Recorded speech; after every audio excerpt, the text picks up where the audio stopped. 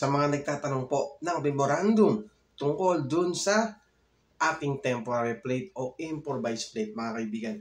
Eto po, ayan mga kaibigan, memorandum circular number JMT 2023-2400. Mga kaibigan, ayan po ang ating dadalhin o ating ipopotocopy, isiseros o piprint natin kapag bibiyahe po tayo kung nagpagawa po tayo ng temporary plate. Marami din kasi nagtatanong kung nasaan ba at ano ba yung memorandum. Mga kaibigan, ayan po. And yung link po, ilalagay ko na sa baba.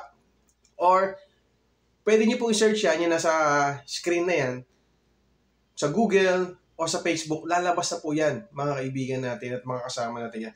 I-save niyo po, i-print niyo. So, depende po sa inyo kung ano yung gagawin dyan. Basta ang importante, dala-dala nyo po yan kapag bibiyahe po kayo na gumamit kayo ng temporary plate. At uulitin ko rin sa inyo mga kaibigan natin dyan, mga followers, subscriber natin, na eto lang po yung layout ni LTO na dapat natin gamitin sa pagpapagawa ng temporary plate. Okay? Malinaw yan mga kaibigan na yan lang po susundin natin. Pwedeng kapag may plaka or kapag MV file number. Lilinawin ko din mga kaibigan na iba po yung improvised plate sa temporary plate. Kapag po improvised plate ang gagamitin natin or gumagamit tayo ng improvised plate kasi nasira, nabasag, nawala o sabihin natin na nanakaw yung ating plaka, kailangan po natin kumuha ng authorization letter galing sa LTO kapag magpapagawa po tayo ng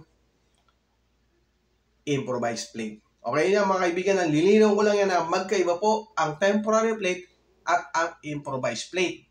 Kaya kung ako sa inyo, lagi po tayo magbasa ng memo or follow po ninyo yung page ni LTO. Okay? Yun lang, maraming salamat. Ingat po tayo palagi kasi rin naman na may pamilyang nag-aantay sa atin. Bye-bye. Thank you!